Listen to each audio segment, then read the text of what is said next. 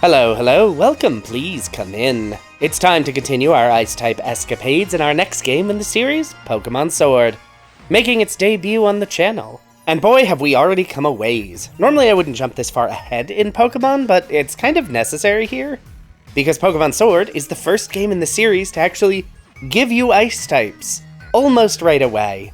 I mean, there is still this incredibly long, really boring early section that is basically all Pokemon games at this point. Here we meet our rival, let him have the fire starter because that should make this a bit more difficult. Emphasis on a bit, then some nonsense, then more nonsense, then even more nonsense, and finally, I'm past the tutorial, 40 minutes in, and we have reached the wild area, basically just a big area with a bunch of wild Pokemon. And conveniently, by manipulating the date on my Switch 2 to make it a certain date, specifically February 1st, there's Ice types. Gaze upon this level 9 Vanillite. Huzzah! This is easily the earliest an Ice type has ever been available. Next on the list to grab is a Swinub. A Swinub. And we are just getting started. There is so much more to do here. Next on the list is Snover. Grass Ice is a pretty awful typing, but it's another Pokemon. And has Snow Warning, which should be very useful. And now I need to catch 2 Snowrunts. Now, normally I wouldn't double up on the same Pokemon line, however Snorunt has a split evolution, and both evolutions might end up being pretty good, if not exceptional. The better of the two is female only, so I will need to grab at least 1 female, and there we go. Now it's time to talk about the big problem with Ice types, specifically to this game. Ice types, being Pokemon you normally can't get until at least the mid-game, have pretty high evolution levels, and in their base forms, all my Pokemon are really weak. Snorunt is a little bit of an exception in that it can evolve at any time with a shiny stone. But the only place I can get one right now is by paying watts to this digging guy, and there's a small chance that... Huh? Oh, I got a shiny stone on the first attempt? That's like a 2% chance. I actually had to pause this footage because I was so not expecting this, I clicked right past it. Anyway, that gives me a Frostlass, a pretty strong Pokemon for this point in the game. It's also a Ghost type, which can be quite good defensively. Okay, into Motostoke, and first item on the to-do list is to buy some new clothes. I'm not going to care about fashion at all for the rest of this playthrough, but I'm not a big fan of the starting outfit, so we're going to take some time and put on some new clothes and get a haircut. Then it's time to battle some Team Yellgrunts. Despite having dark types, these idiots are not difficult, partly because they are weirdly underleveled if you did any amount of fighting in the Wild Zone, so it's actually pretty easy to wreck their entire teams. And then it's time for the opening ceremony for the gym challenge, which is its own whole thing. And wow, we are 2 hours into recording, and I'm barely anywhere. Oh boy, Sword. Oh, time for a hop fight. I lead with Snover to freely set up the hail. Snover can then easily take out Wooloo by itself, and then it's into Swinub against Scorbunny. And the fight goes bad. That fire typing is going to be a problem. I mean, not this early, because Frostlass is very strong this early in the game, but I am not looking forward to when Scorbunny evolves. Rookity is also a one-shot. That done, I can head through Route 3, dodging all the trainers I can, which is many of them, actually. Then through Galar Mine to face down against my other rival, Bede, who is a Psychic Specialist, which is pretty whatever, actually. I spend some time grinding out Dynamax raids. In addition to giving me rare candies, it also gives me access to TRs I would not otherwise have. So that is why Snover has a move as strong as Seed Bomb this early in the game, which is great. Bede's team is also all Psychic types, so while I do drop other Pokemon to get some experience, Frostlass is more than strong enough to win the fight by itself. In the next route, I could catch an Eevee to get a Glaceon. On the other hand, I try not to duplicate Pokemon in these series, and I will absolutely need Glaceon in the next game. There are also a 1% encounter rate, which would be annoying. Less annoying here than in other games, but still annoying. And in the next town, it's finally time for the first gym. Took long enough. First, I need to herd some Wooloo as the gym challenge, which isn't really a challenge, you can't mess this up.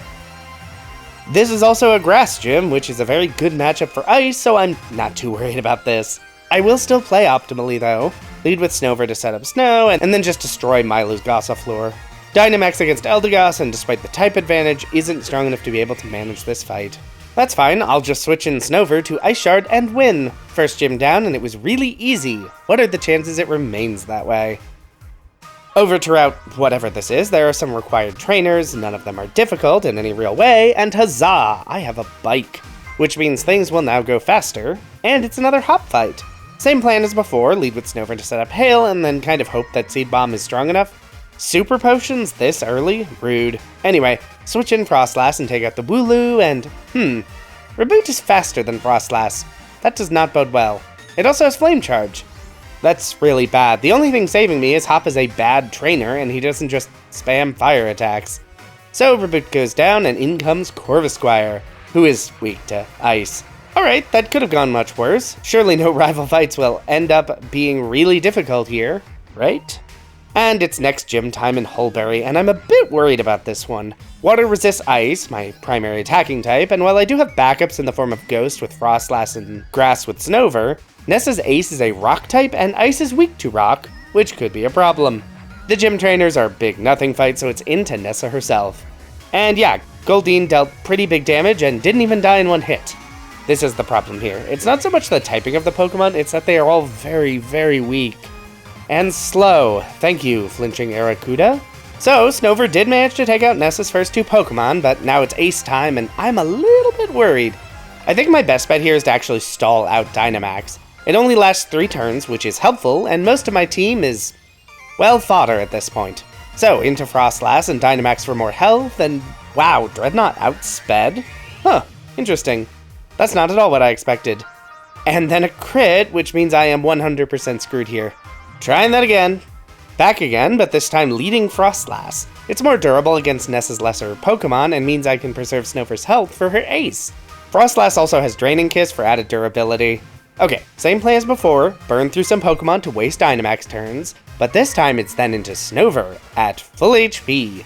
Dynamax for durability as much as anything, and time for a Dynamax Grass move to, yep, one-shot Dreadnought. Okay, there we go. That is definitely the way that fight should have gone the first time. 2 gyms down, no problem. Okay, 2 gyms down, and it's time for Galar Mine 2, and another bead fight, which Frostlass can one-shot sweep. Yeah, pretty sure bead is never difficult in this entire run. I guess we'll see, though. Anyway, heading all the way through this mine gets me right back to Motostoke, where I started, and we have a problem. The gym here is Fire type. I cannot handle Fire types. At all, because my entire team is weak to them. And while Fire Red had a whole slew of water ice types, there really aren't any in Sword, for some reason. So, to hopefully try to solve that problem, we must turn to our old friend, Pay to Win, which is to say the DLC. First is the Isle of Armor, where I beat up this very underleveled trainer, then find a Diglett, then some more Diglets, because turning in these found Diglets can get me something very, very nice, and that something nice is a Lowland Vulpix, a very nice Ice-type variant that should be quite useful. However, much like Frostlass, this is a stone evolution that I can't really get until later, so it's time to do some very annoying digging. And wow, did this take a very long time, and it makes me very tired. But eventually, finally, I get an Ice Stone. There are a decent number of ice types I might want to use this on, but Vulpix is the obvious choice. Anyway, time for more DLC, because I need to head to the Isle of Armor. There is a required fight with Peony here, but losing it doesn't matter, so I do. This lets me access all that the Isle of Armor has. The Pokemon here are all way too high a level, but I can still access the Dynamax adventures. My plan is to find new ice types in here, then breed them in the daycare so I have new Pokemon of an appropriate level. Like this Mr. Rhyme. Though Mr. Mime is not my actual first goal, my goal here is actually an Amara, a fossil-type Pokemon that is Ice Rock. That means neutral damage from fire types and super effective moves. And oh boy, do I spend a lot of time in Dynamax adventures and raid dens hoping to actually find the Pokemon I want. And I don't. At all. The only thing I do find is Galarian Darumaka, which could be useful. I'll figure that out much later in the playthrough, we'll get there. I also catch a Sneasel, but spoilers, it won't get much use in this playthrough. And that was an hour of my time completely wasted. Anyway, back to the actual story, and that means another fight against Marnie, which I will be skipping because I lose badly. Back in, leveled a bit with candies, and lead with Snover to set up Hail for free, then into Frostlass to finish off Krogunk and Scraggy. Frostlass does then drop, so it's into Vanillite to die immediately. Good thing Snorunt has a priority move. Anyway, Sneasel, please finish this fight. Thank you. Okay, I'm sure this is going to go absolutely terribly, but let's hop into the next gym anyway, just to see exactly how screwed I am. Start off with the gym puzzle, which is very easily solved by just throwing quick balls. Then throw some candies, earn via Dynamax to get my Pokemon up to level 27. Huh, Not sure exactly where this appropriately leveled Mr. Mime came from, but here he is in all his Galarian glory. I lead with Sneasel because it has a water move. Whirlpool is a special move. Sneasel is not a special attacker. So, yeah, Sneasel drops and I haven't even taken out one Pokemon. Mr. Mime, get in there, bud. Show him how it's done. Okay, that is not especially good. Ninetales is down, but it took a lot of health, and you are burned.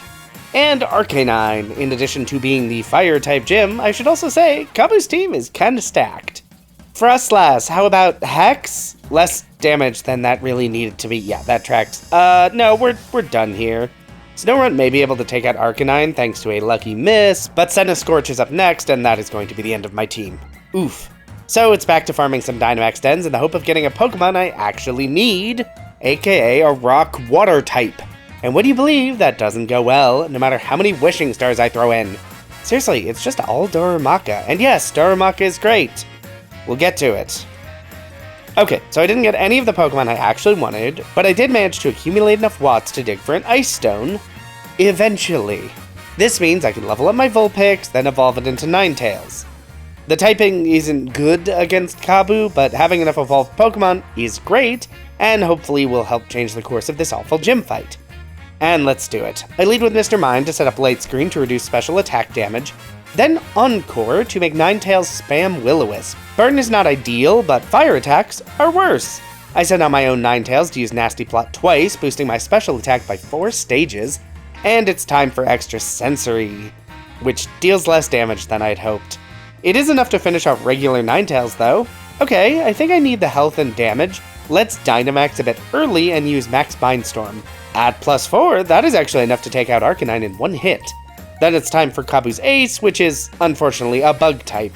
Like with Nessa, I'm going to try to delay out the Dynamax, which starts with a Max Guard. Max Mindstorm does actually deal more damage than I'd expected. Into Snover to set up Snow, and die, obviously. Then into Sneasel as Dynamax ends, and finish the fight with Throat Chop. Oh good, it's over! That better be the hardest fight of the game. If it's not, that would be bad. Grim reality set aside, it's time to head through the rest of the wild area and reach Hammerlock. There's some exposition here that I don't care about, then some Team Yell nonsense that I also don't care about. On the next route, I get to use the Fossil Monstrosity Generator to create this, Arctozolt. An electric ice type that should be okay. And for those saying I should have gone with Arctovish, I know. That's why I spent several hours burning watts to try and get a fossilized fish, and getting nothing. So instead, we're gonna settle for Arctozolt, because I'm not doing that anymore. Anyway, time for another stupid hop battle. He's switched up his entire team, so none of the main problem children are here, and because Cramorant is pretty weak, I can set up 3 Nasty Plots to then one-shot Cramorant, and Reboot, and Toxel, and finally Silicobra, an easy hop fight. Surely that pattern will stick around. And the next gym is a fighting type gym, so basically the same problem as Kabu, except now I have a Mr. Mime, who is a psychic type, and Ninetales, which is a fairy type. So this shouldn't be nearly as bad. And at least in part, that's because I have a new strategy to unveil. I lead with Frostlass and use Charm. This reduces the attack of the opposing Pokemon by 2 stages. Using this 3 times means the opponent is at -6, so even if they do get a hit in, it won't actually deal that much damage. This lets me switch into Ninetales and pretty safely set up 3 Nasty Plots. And once I'm set up, it's time to use Extra Sensory, and then Bullet Punch, right. Forgot about the priority steal move. Let's just send in Mr. Mime to use Dazzling Gleam to finish off Pangoro, then Psybeam to take out Sirfetch'd. Last up is B's ace, Machamp. So let's Dynamax Mr. Mime and hope Max Mindstorm can deal some good damage, and yeah, that's not bad. And Max Strike is not that dangerous. Oh, Max Darkness. Okay. Into Snover, I guess. This sets up Hail if nothing else. Then Frostlass to once again use Charm to reduce Machamp's attack stat. Wait, why is Machamp using Scary Face? I'm already slower. Does Machamp not have any attacks to hit ghost types? Oh lord, it does seem that way. Okay, that is B down, which means another gym completed, and Darumaka learned Belly Drum, which will be very useful. Eventually, we'll get to it. Oh, right, another bead fight. Can Frostlass solo Bead's entire team again? Yes, although it's not actually a one-shot sweep this time. It is close, though. Closer than it really should be. Bead is not a threatening trainer when my best Pokemon is a ghost type. Alright, into the dark woods on the way to the next gym, and as ever, the gym trainers are not actually that interesting, so we move on directly to the gym leader, Opal. I lead with Snover to set up Hail, then into Darumaka, bluntly, to die while Hail is still up. This gives me a clean switch into Frostlass, who can finish off the Wheezing. Next up is Mawile, so it's time to Charm 3 times to reduce its physical attack. Frostlass goes down, and it's into Ninetales for setup, which I only need to do twice thanks to Opal's Vanity. And Aurora Beam for Mawile, then Aurora Beam for Togekiss, and finally Dynamax against Alcremie with Max Hailstorm. Huh, not a one-shot. Okay, again then. And that is a gym down, which was easy enough. Let's also buy some shiny new TMs. All 3 Fangs should be fairly useful. We love type coverage. Okay, that means it's time for another hop fight. Same plan, let's set up 3 charms to reduce physical attack, then into Ninetales to set up nasty plots. Then start the one-shot. That's not a one-shot? And that is a one-shot. That's a problem. Snorlax is really strong. I'm kind of just hoping for an Omni boost at this point, and I do get through Snorlax, but then in comes Cinderace. Finally fully evolved, and it one-shots my entire team, which is a bad sign. New plan. Try this again, but take out Trevenant early so I can set up against Snorlax, and Hop actually sent in Cinderace, who one-shots my entire team. Giving Hop the fast fire starter may have been a mistake, because Cinderace can outspeed my entire team. I really could use something that is at least neutral to fire damage. Just a shame my luck with these stupid Dynamax gens is so awful.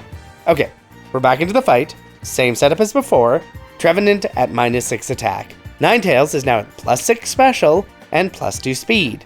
Snorlax is out, and Dazzling Gleam can finally one-shot, because I'm a slightly higher level, and because of that +2 speed, I can outspeed and one-shot the rest of Hop's team. Seriously, why did it take that long to just level up? I know there's a level cap, but seriously, it's not that strict. I've got a bit of wiggle room, a whole 1 level. And we're moving on because that fight took way too long, and I need to get this video finished at some point. Into the next route, and ooh, Brick Break. It may not be stab, but fighting type coverage is always good. What I really need is an Ice Stone to evolve Darumaka. Shame I used all of mine, but I'll get another one in a bit. At least the next gym is finally not a terrible matchup. The next gym is a Ground-type gym, which means all of the Pokemon should be weak to Ice-type moves. Finally. Anyway, into the gym leader, after spending some of the frankly too many candies, and oh, Mr. Rhyme, an evolution, we love that. And Abomasnow? The typing is still trash, but at least the stats are better. Alright, bring it on, Gordy. So my plan is to reduce Barbaricle's physical offense, but it has Shell Smash, which is not ideal. At least I have Will-O-Wisp to add Burn to the offense reduction, and it's time to bring in Darumaka with the Belly Drum. For a single action, I can max out my physical attack. And while it costs half of my HP, that will soon become a non-issue. And in this fight, it just doesn't matter because Barbaricle is too weak to capitalize on my reduced health, and Dynamax means I can one-shot the rest of Gordy's team very easily. Right up until Dynamax. Good thing Colossal is 4 times weak to ground-type moves. Oh, right, another Hop fight.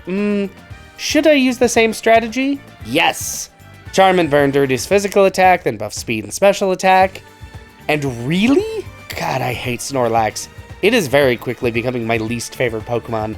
At least it died due to hail, but I know Cinderace is gonna come in and be way too fast.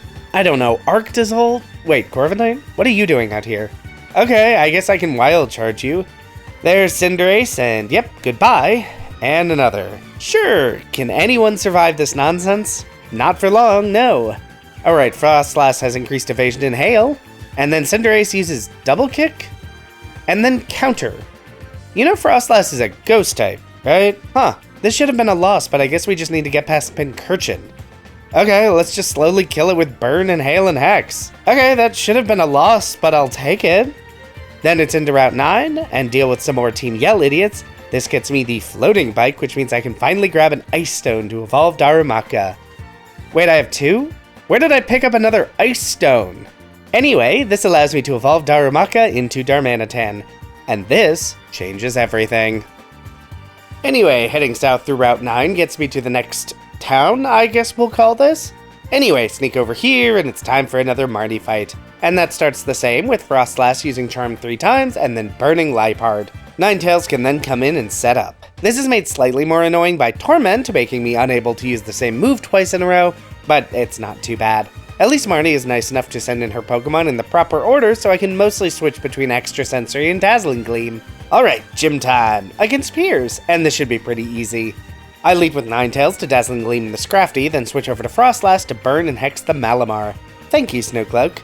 Next up is Obstagoon, who takes less damage than I'd hoped from Brick Break. Oh, counter. Crap. Really needed that to not kill. Anyway, Abomasnow, use Ingrain for durability, then whittle down the Obstagoon. And last up is Skuntank. Really wish I had some good ground coverage. Oh well, Icy Wind deals enough damage and lowers Skuntank's speed. And that is Piers dealt with. And that means there is only one gym left. The Dragon-type gym in Hammerlock. And these fights are going to be double battles, which does complicate things a bit. The gym trainers themselves are not threatening, and then it's time for Raihan.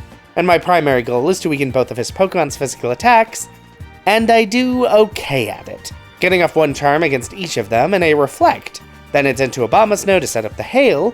Mr. Rhyme goes into Ninetales, who can Dazzling Gleam for some very good damage, and Silicobra sets up Sandstorm again. Okay, this is going fine. Out comes Duraludon, who Dynamaxes, but Raihan's remaining Pokemon are down, and it's time to send in Darmanitan, who I will also Dynamax and use a very strong Max Knuckle. The damage is good, but not great. It does, however, boost my team's attack. And Duraludon gets frozen just in time for Dynamax to wear off, and Darmanitan to enter its very strong Zen mode. So, yeah, the fight is over, and that is 8 gyms down. Not too bad. Next, it's time to take a train to Victory Road, aka Route 10. Another snowy area that I need to get through and try desperately to avoid fights as much as possible. And that gets me to Wyndon. And the Poké Center here has all the elemental punches, which is great. And that means it's time to beat up some rivals. And my strategy is the same as ever. Well, it is slightly tweaked. Instead of sending in Ninetales, I send in Darmanitan to Belly Drum and... oh, right, Snarl. That is not ideal. Abomasnow, please use Icy Wind. Okay, much better. I'm still in a bad position, but I can switch into Mr. Rhyme and use Nasty Plot. Ice Body lets me slowly heal, and I can then baton pass that Nasty Plot into Ninetales to pass over the special attack boost. And Ninetales can take out the rest of Marnie's team via Extra Sensory and Dazzling Gleam pretty easily. So glad Fairy doesn't resist Fairy-type moves. And it's time for the next top fight. Let's try this charm strategy one more time, shall we? It should go better because Wooloo only has physical attacks. So, once its attack is reduced, it's into Darmanitan to Belly Drum, plus 6 attack, and reduces my HP in half, which is great, because Darmanitan then enters Zen mode, which drastically increases its base speed and physical attack, so brace yourself, Hop, for a complete sweep of your stupid team. Having access to Fire Punch with Stab, thanks to Zen mode's added fire typing, along with Brick Break and Ice Punch, means I have stupidly good coverage. Cinderace is fast, but it's not that fast. And then there's this whole story segment where Hop is worried about Leon, phones don't exist, so we have to commit a lot of crimes, actually, to find him on the roof of this big building, and nothing interesting happens. Other than, despite my very best efforts, I do end up just a little overlooked. But it's fine, we're going to pretend that that didn't happen. Okay, there's also this Oleana fight up here. She is reasonably strong, but not like that strong. Other than her Milotic, which takes way longer to bring down than I'd hoped. Good thing my team is pretty strong offensively. Anyway, time to hop in and continue the Champion Cup with some gym refights. Oh wait, Bead. Bead makes the classic mistake of leading a Pokemon that only has physical moves. So I charm 3 times, Belly Drum for the attack buff, and Zen mode at sweep. Anyway, first proper match is against Nessa, and she also only has physical moves. It is a bit more complicated because Golisopod has Sword Stance, but all that means is once I switch into Darmanitan, it wastes a turn setting up an attack buff it will not be living long enough to use. And then I sweep the rest of Nessa's team. I really should have switched from Ninetales to Darmanitan as my sweeper way earlier than I did. Anyway, next up is the rematch against Bee. Bee only has physical moves on her first Pokemon. Oh, it does paralyze though. It's early, I'll just reset. Try that again. There we go, 3 charms and no paralysis. Then into Darmanitan to Belly Drum and easily tank the bounce that was set up. And would you believe that Darmanitan, in Zen mode at plus 6 attack, can sweep Bee's entire team? Yes, easily, it's not particularly close. Who is next? Oh, Raihan. That does complicate things. He has special attacks. I lead with Arctozolt to take out a lot of Torkoal's HP, then into Ninetales to switch the weather and take out Torkoal. In comes Turtonator, who for some reason just keeps using Shell Trap, even though I have no physical moves. So I guess I'll get set up and take it out. Wow, Gudra survived a hit and paralyzed me. At least it goes down. Then into Frostlass to charm the Flygon, and out comes Darmanitan. Belly Drum, sweep the rest of Raihan's team. So, next up on the list should be Leon, but Rose decides to destroy the world or something because he's stupid. So instead it's into the forest, get a sword, head back to Wyndon for a proper fight against Rose himself, and Rose doesn't have a special attacker on his entire team, which should make this easy, but he crits 2 attempts in a row to take out Frostlass turn 1, which is incredibly rude. Let me charm you! Once I finally get off 2 charms, he wastes a turn on Sword Dance, and so the fight is mine. Oh, my HP is odd, so no Zen mode. Oh, thanks for the Iron Barbs, Rose. That was very thoughtful of you. That could actually be a problem later. I'll need to hope my HP is even for the Leon fight. Anyway, goodbye, Rose. Then there's some nonsense with Eternatus, some dogs show up, the fight is very cool, I guess, but has no tactically interesting decisions to make, so we move on to the final fight against Leon, and this fight is no joke. By comparison, in addition to actually needing to level up a bunch beforehand, Leon does not make the mistake of having only physical type moves, which is going to make setting up more difficult, especially when I use Brick Break on Aegis Slash. However, if I can get one confused trigger, I can set up Belly Drum, and there we go. Oh, actually that's bad. Darmanitan's health is odd, so no Zen mode, so I'm slower than Haxorus and definitely slower than Dragapult. Oh, you know what? I never use these, but maybe an HP up will get my health where I need it. Good thing I already have exactly 1 from the Isle of Armor. There we go, even HP, exactly what I needed. Same strategy as before, set up Confuse, hope it triggers on the 1 turn I need it to. And there we go, Belly Drum Zen mode. Let's just sweep Leon's team. Ooh, Dragapult is actually really fast. I think I should still be faster, but for safety's sake I'm gonna Dynamax anyway. Ooh, good thing I Dynamaxed because no, I was not in fact faster. At least Dragapult is way less durable than fast, and Charizard just can't hope to stand up to +6 attack. That is Leon down and Pokémon Sword completed. And that was Pokémon Sword, beaten with only Ice types. And that was more difficult than I expected, especially after the sweep that was Fire Red. Despite having a lot more Pokemon in general, having nothing to deal with Fire types, the entire game was really rough. But I will have more to say about that in a summary video, out in a few weeks. I did want to shout out that I do have a Patreon, linked in the description. I spend a lot of time making these videos, so if you enjoyed the video, want to support the channel, and are financially stable enough to do so, that exists. No pressure though, this channel is free to enjoy for everyone, and will remain that way. For now, if you liked this video, be sure to hit that like button. If you'd like to see more of this, feel free to subscribe. Hey, maybe leave a comment if you have something you'd like to say. But whatever you decide to do, have a safe trip home.